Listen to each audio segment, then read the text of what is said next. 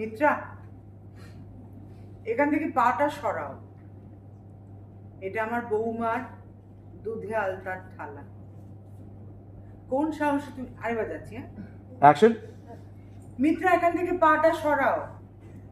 এটা আমার বৌমার দুধে আলতার থালা। কোন সাহসে তুমি বউ সেজে এই বাড়িতে ঢুকেছো? বসে বসে কি নাটক হচ্ছে কি মিত্রা? আমাদের বধূবরণটা কি মাটি করতে এসেছি তুমি?